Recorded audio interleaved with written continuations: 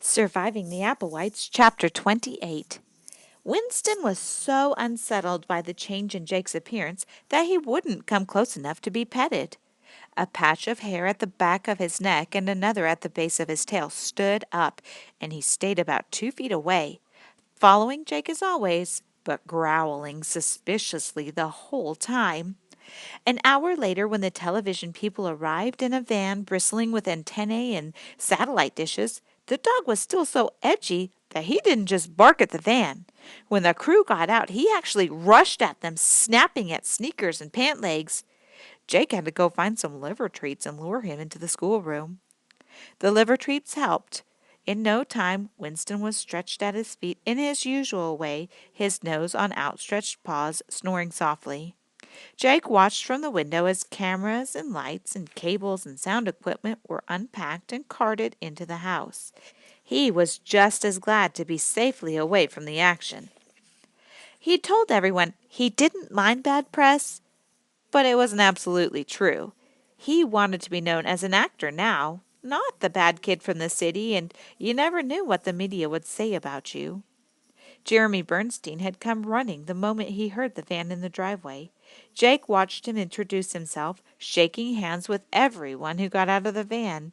It was obvious he didn't know any of these people, and they had no idea who he was or what he was doing there.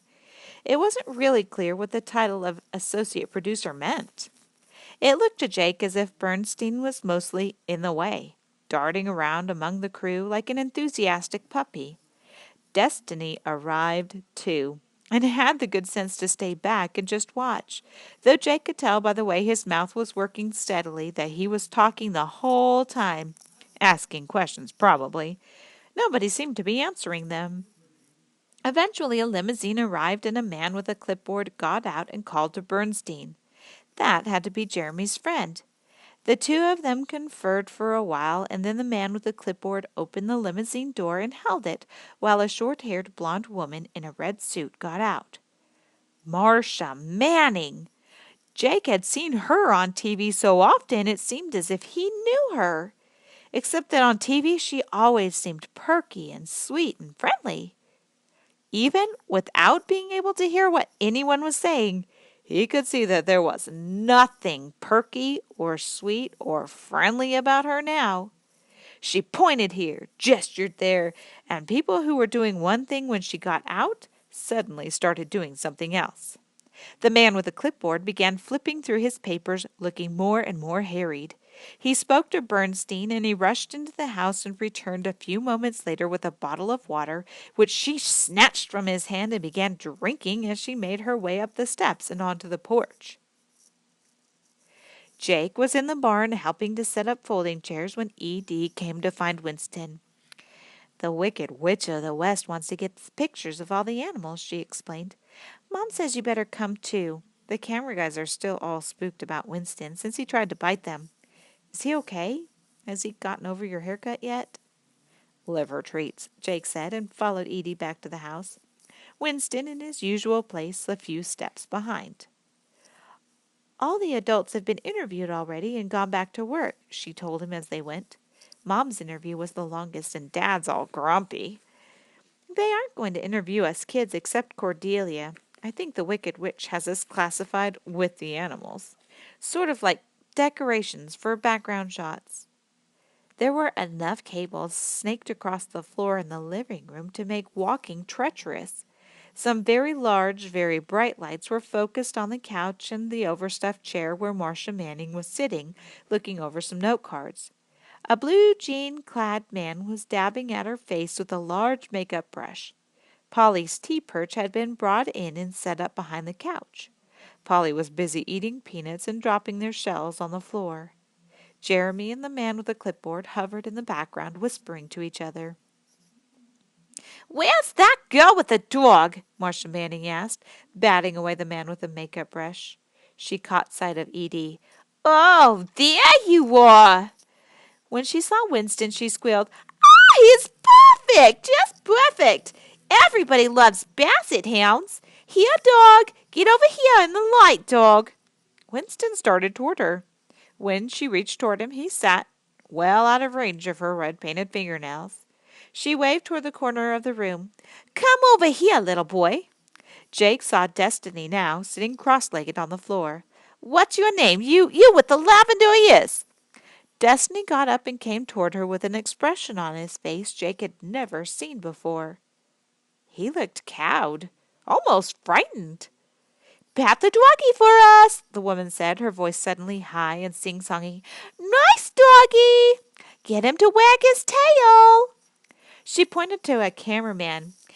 Get a good angle on that. See if you can get the parrot in the shot, too. All the trouble they've had bleeping the bloody parrot out of the interviews, we should get him in whenever we can. He's great background color. Then she noticed Jake. Who's this? She waggled a hand at the man with the clipboard. Chuck, who's this? Anybody know who this is? Jake, Destiny said. It was the first word he'd said. What had these people done to him? The delinquent? No, can't be. She checked her notes and turned to Chuck again. You said the simple kid had scarlet hair and body piercings. Chuck flipped through the papers on his clipboard.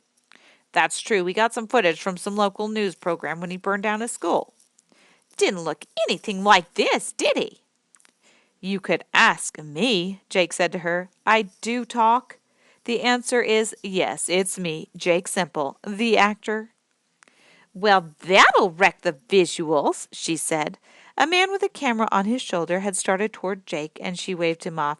No point getting him looking like that. And scrap the interview, Chuck. We'll run the old footage if we need something.